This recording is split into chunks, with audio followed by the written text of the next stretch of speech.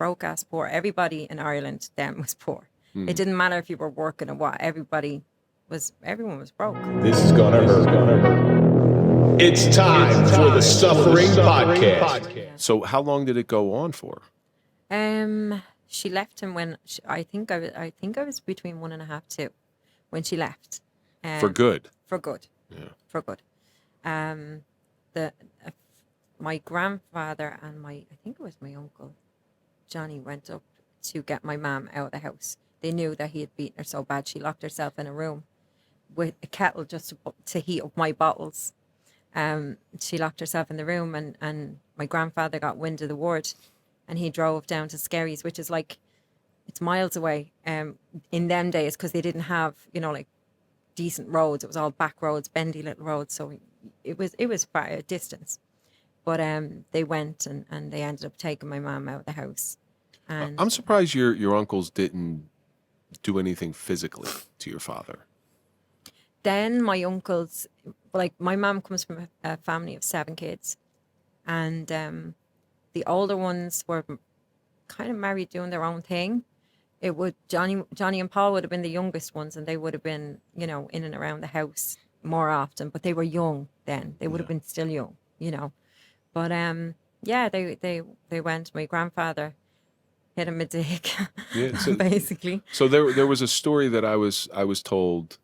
My grandfather's sister, her husband, beat her. Yeah. And the only, and I heard this from my cousin, the only thing that nobody knows what was said. My grandfather's a pretty tough guy. Nobody knows what was said, but they know he took him in the back room and shut the door. And when he came out, they said he was white as a ghost, and he never touched his sister again. So I don't know what happened in there, but I always know that the brothers, especially my grandfather's family, were ultra protective of the women. Ultra protective. Like, they're happy for him. It's not that they were jealous of their marriage or anything, but don't mistreat her. Don't mistreat her. And that's what, I don't know. That bothers me a little bit, that nobody stood up and was her advocate. Yeah. Yeah, I know. Well, I mean, she said if all the guys were, well, not all, but most of them were doing it back then. Yeah. It's a cool thing. Yeah, it was. It was a thing. You're not cool if you don't hate your wife. Get on the bus. But yeah, it's she left. When she left there, we lived in a little area that was like 3 rows of cottages. Like, so it was a really small, community. Everybody knew everybody's business. So it was shameful for her to be a single mom. And we were living in a trailer at the back of my nan's next door neighbor's house. We were in the back garden. And it was pretty bad, like, because we were broke ass poor. Everybody in Ireland then was poor. It didn't matter if you were working or what. Everyone was broke. So there wouldn't have been heating in there. There wouldn't have been, she used to put coats over us to keep us warm, that sort of thing. Like, so. And you're a young child at this time. Yeah, yeah. But does it become normal? Yeah, it does. You don't think about it, I mean, if that's the way you're growing up, you don't know any better. You don't know any better, exactly. Yeah, yeah. And even in today's world, I only had this discussion with somebody there the other day, and I was like, before, like, Ireland was always a nation where we would emigrate everywhere because we were a very poor country. We were poverty stricken, but everybody was the same. It was rare that you'd know somebody that would have enough money to immigrate to America or wherever. So people were kinder to each other, though. We always looked out for each other. You know what I mean? Everybody was in the same boat, and it wasn't a case of keeping up with the Joneses or whatever. It was just, we all had like a mutual understanding with each other. If one needed a slice of bread, you'd bring them over a slice of bread. If one needed a cup of sugar, that's how it was. Right. And people were just much nicer people than what they are now. And then now that's just because money spoils everything. It does. It's the root of all evil. You need it to survive. You need it to survive, but yeah, you're playing this catch-up game with everybody, like you said, keeping up with the Joneses. Or exactly. We joined the EU then, probably. I want to say it was that's the European Union. I just want to translate. Okay. I speak Irish. Thanks, buddy. I speak Irish. We went. You got to spell stuff out for him, Amanda. Come on. Look at that. It's not funny. It is. It actually is. The blank expression on your face is hilarious. Just saying. That's him thinking. He's It thinking is, he's yeah. trying to He's come back thinking. with a comeback. It's just not happening. Trying to work Mick something in there, you know. What is it with the Mick thing? I don't get that. Like, it's like, What what's you a know, Mick? Mick is the slang term No, for I know. Irish here, and Yeah, I know. You know, but I think that's the But it only was one. like, that's an insult. I mean, Jesus. No, I was thinking like Mick, like a last name, Mick, like a McSorley or something like that. You know, a nice Irish name I could throw out there. But McSorley? McSorley's is a bar. exactly. Come on, McSorley's is a bar around here. Yeah, Right. an Irish bar in New York. McSorass. So, how long did you live in the trailer for? I actually think I was about 5, maybe 6 when we got a house. It was a little bungalow from the government, the social housing. Mm. So we moved to a place called New Grove in Dublin. So as much as there was bad memories there, it was the best time of my childhood was then. I know that sounds weird. In the cottage. In the little cottage, yeah. Yeah, but was it because of friends are around, or was it Friends. peaceful? It was peaceful. Friends. Yeah. Friends, yeah. And you had heat. And we had we had an open fire. That's what we had. We had an open fire. You had an open fire and plumbing. Yes. Okay, so that's the big This is one. better than the But trailer. no heating. No heat. No heat. Oh my gosh, and it gets a little chilly over there. Just be freezing. Yeah. But like, Jesus, my mum would have us. In fairness, she used to put you into the bed. She'd wrap you up like a mummy. You couldn't move. Like you're like this in the bed. Yeah. She'd have sheets, blankets, everything wrapped around you. You know. Well, so you were your mother had at that time. Yeah. You know, so at least she looked after you. Yeah. You know, being a woman who is technically looked at as being disgraced, you know, she could have given up, but Yeah. she chose to fight through it. She had little ones to look after. Yeah, and she had her own journey as well. Like aside from everything else, she had her own thing going on as well. So it's only Did she work at all? yeah. She used to be a factory worker, when she met my father, but then he wouldn't allow her work. It was kind of like not the done thing. Then my mum was a looker and Stay home and get beaten. yeah, pretty much. It was like well, Cook, you know, clean, get beaten. yeah. It's like you know, he was afraid that if she went to work, the men would be looking at her. Obviously, the good times didn't last. When did it start to go down a little bit? I suppose from an early kind of a stage, but you don't at the time you don't even realize that it's going down. It's only when you look back that you know it was slow not a good time. progression. Yeah, right. So we were always broke, but my mom's friends would come over. They'd bring drink, and then there'd be parties, and you know you'd wake up with strange people in the house and bottles on the floor and all that kind of stuff. Well, you know? said your mother was pretty. Was there guys coming in and out? Yeah, Yeah. yeah. Good for her. Now it's grand. Then I was like, no. Well, I mean, at least she's got to cope somehow, and I guess did she turn to any unhealthy coping mechanisms to get her through? Yeah, drinking at the time. What was the drink of choice? Bacardi. An Irish person drinking Drink Bacardi? a Bacardi. Bacardi was her thing. Come on, Jameson. No. No, that's expensive stuff. That's Tullamore Dew. rot gut whiskey. Stuff you used to drink in college. You know, that's what you got to drink. So where did you guys go from there? It was weird. She grew up with my sister's dad. They all went to school together and what have you. And he came into our lives again. He always had a thing for my mum. And in actual fact, the night before she got married, he asked her not to marry him. And so did her father. Her father told her not to marry him. But she married him anyway, just because, you know, it's a rebellion thing to do, right? Was she a young woman or Yeah. what, She was 19 when she got married. the second time or the No, first time? First time. She Okay. only got married once. Okay. Yeah.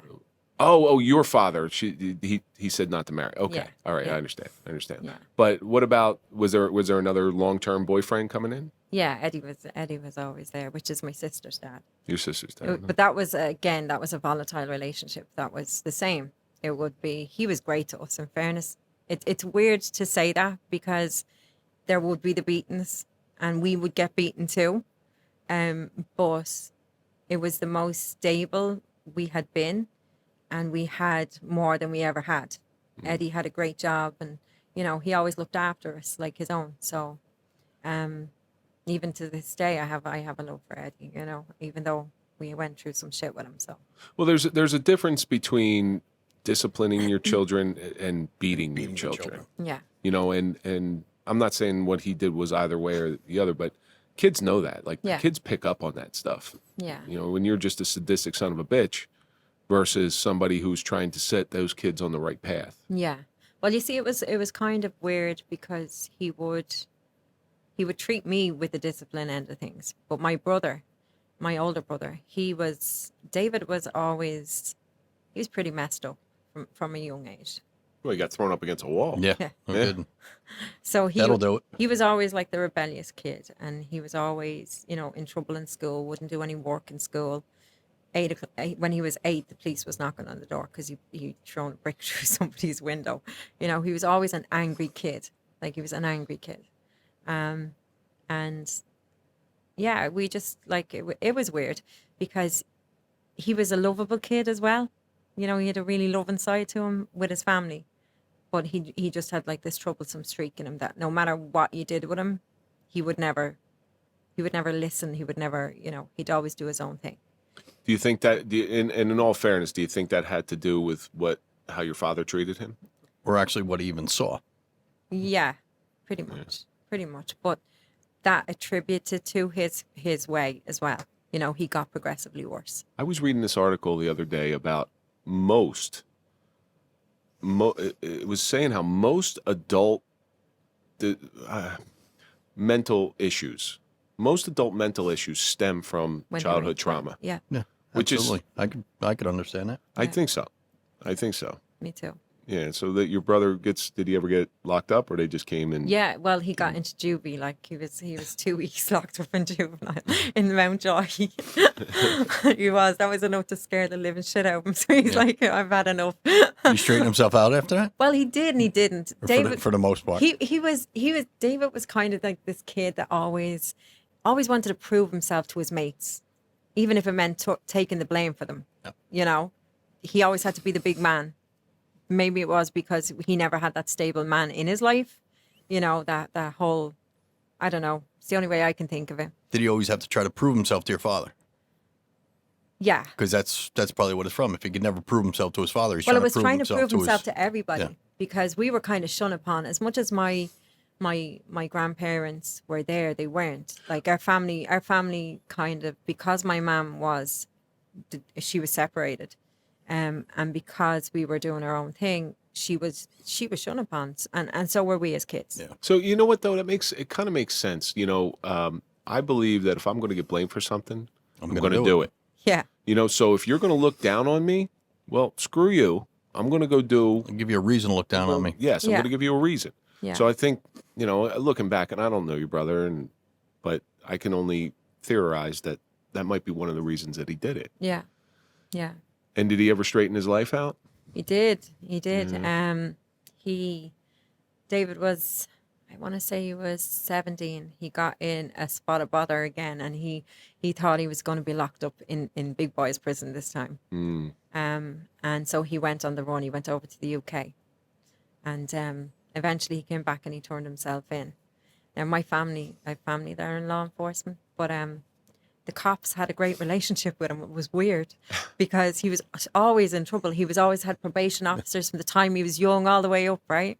So they had they actually loved him, and sadly David died in 93, but they gave him a Garda escort for his funeral and everything. Really? Really? Yeah. They lost a lot of business that day. Exactly. No, but he had he was doing so well. He was he was working. He'd moved to my nan's. He was working. He had got trials for the Dublin team, which is huge for us. I suppose it's like one of your American football teams, right? Only it's Irish football. And then he went out in a car one Sunday night, and his car hit a tree. And David was the passenger in a car, and he didn't have a seatbelt on, so he went out the back window. So David died that night. That's a horrible. Yeah, it's tough. That's a horrible thing. And how old were you when David passed? 17, He was 19? 19. 19. But you So did your mother ever get you're in the house now, she's working. Did she sort of straighten everything out? No. No. No. So there was because her relationship was on and off all the time with my sister's dad. At this stage, my sister had come along, and their relationship was, as I said, it was always on and off. And eventually we moved. The house that we were in was too small. It was a 2-bedroom place. And in Ireland, if you're in social housing, you can't. It was against the law to have boys and girls sleep together if they were over a certain age. So we got transferred to a 3-bedroom place, which was where we grew up, where my nana was from, where all our family is from. So we got a place there, and then life just kind of got a bit crazy. I sadly, well, when I say sadly, yeah. I was abused by a family member from the age of, I was 9 till I was 13. So, so that was a tough one, because you're a kid. It takes a mental toll on you. It does. You blame yourself. You think it's your fault. That's just a given. Most victims do. Yeah, it's a given. So you never speak about it. You don't say anything to anybody. So we have a little bit of experience in this, because one of our guests, Clark Fredericks, was in here, and he was raped when he was 12. And the playbook that these people who do this stuff is almost the same. I'll bet they soften you up with certain touching, and it's a progress. It's not just grooming. It's grooming. It's not just grab you and go to town. It's a progression. It is, yeah. Until one day it happens, and it's a family member too. It's not even like it's a family friend or somebody outside the family. It's somebody that you have to look at all the time. Exactly. And probably someone you looked up to. Yes, very much so. Now, how did you deal with that? Just got on with it. You just got on with it. There's no residual effects. I'm sure you've had residual effects from it. Yeah, but it's I'm one of these people, I don't even know where I get this mindset from. I suppose when I look back on my mom's life and I see where she's at now, when I look back at it and I think to myself, do I want to be the victim or do I not? Do I want to be the victor? So I don't look back. And even all through, and my story, so even all through my life, I never look in that rearview mirror unless I have to. There's something that brings me back there that I have to. Because if you do that, it's won. It's beating you, I'll be damned if I let anything beat me. What's the one saying? That the front windshield is bigger than the rear view mirror. It's true. So keep looking forward. Just keep going. And sometimes and I suppose because there was always, for me, it was always repeated trauma. So you never really had time to process what had happened prior to what you were experiencing right now. I was going to say, was it like a daily or weekly thing like that? Or was it a one-time issue? No. It went on for years. It went on but it wasn't a constant. It wasn't a constant. In fairness, I stayed away. I stayed away on purpose. Your mother never got any inkling that this was happening? Does she know now? Yes. She does? Yeah. Did she believe it? Yes. Really? I'm surprised to hear that, because most of the time when that happens, they don't believe it. Yeah, no, she believed it. She believed it. Is it possible that maybe she was? Yeah. What a sin. What a sin. I just don't understand. It's a bent gene in people. It's got to be. It's a sickness, or it's a power thing, and I can't think like them. Thankfully, I can't think like them. And there's a special place in hell for those people. There is. That take the innocence of children. There is. It's called Ireland. I'm sorry. Get back on the story. I'm sorry. And once again, Mike throws in that you're 2 for 2 on that one, man. I get you. We can have nobody else in here with child sexual abuse ever, because they're just going to be like, no, Mike's going to break my chops and make fun of my trauma. Clark would have beat my ass. She may jump over the table and beat my ass too. I don't know, but Amanda's only 5 foot tall, and Clark was like 6'2". She packs a punch, though. He was a big dude, but when did it end? What happened?